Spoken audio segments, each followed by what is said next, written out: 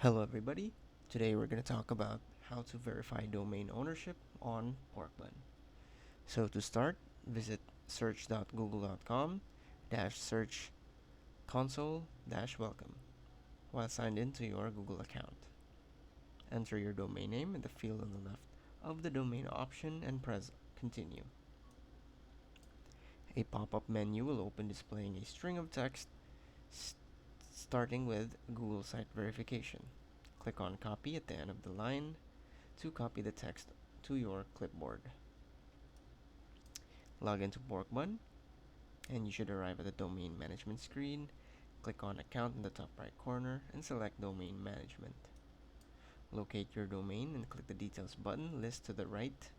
On that menu that appears, click the edit icon next to the DNS records.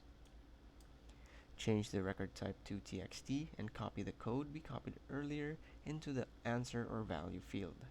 Make sure to leave the host field blank and click add button to add the record to your domain's DNS. After that, go to Google Search Console and click verify.